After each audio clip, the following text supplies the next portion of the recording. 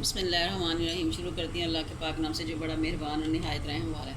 आज मैं आप लोगों के साथ शकरकंदी की रेसिपी शेयर कर रही हूँ, जिसके लिए मैंने ये देखी, एक गिलास मैंने पानी लिया तकरीबन।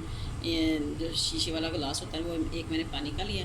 तो ये मैंने स्टेनर के ऊपर ना शकरकंदी रख दी है। ये देखिए ज़रा, ये देखिए।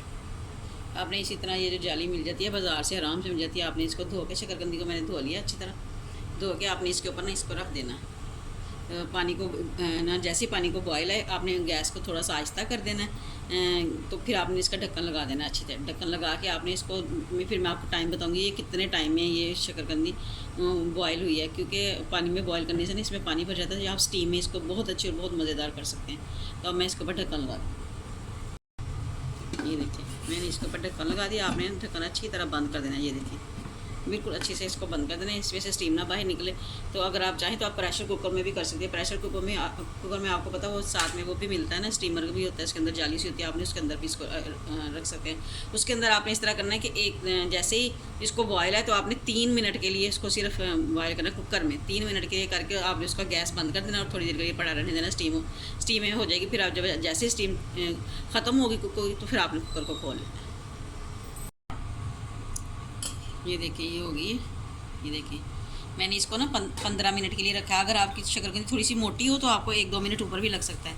तो अब मैं इसको चेक करके दिखाती हूँ आपको। ये देखिए, ये बिल्कुल देखिए ज़रा होगी आराम से इसके अंदर। ये देखिए छुरी जा रही। आपने ना इसको ना थोड़ी देर के लिए ठंडा करने के लिए रख देना है आपको। ठंडा करने के बाद आपने फिर इसको छीलना है।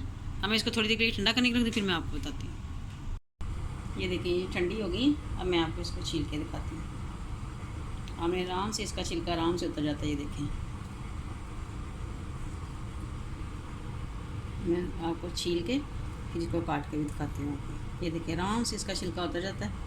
आपने इसका छिलका उतार लेना, फिर आपने इसको ना क्यूब्स में काटना है जैसे आपका दिल चाहता है।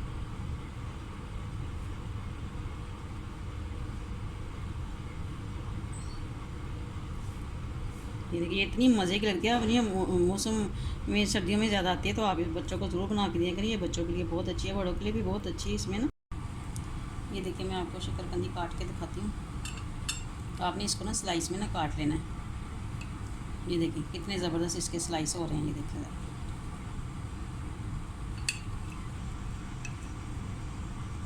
आपने इस तरह सारे स्लाइस काट लेने इसके।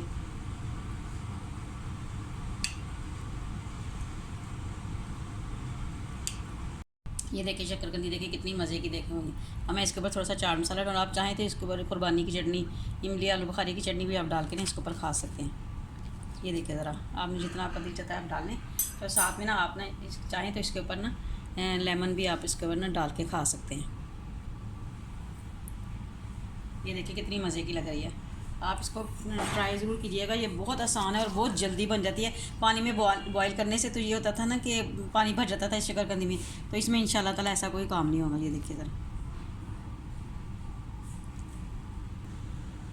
ये देखिए ज़रा, ये मैंने चटनी भी बना के रखी हुई थी। तो आप चटनी के अंदर इसको लगा के ना आराम से खाएँ। ये देखिए कितनी अच्छी और कितनी सॉफ्ट बनी हुई है। ये देखिए ज़रा,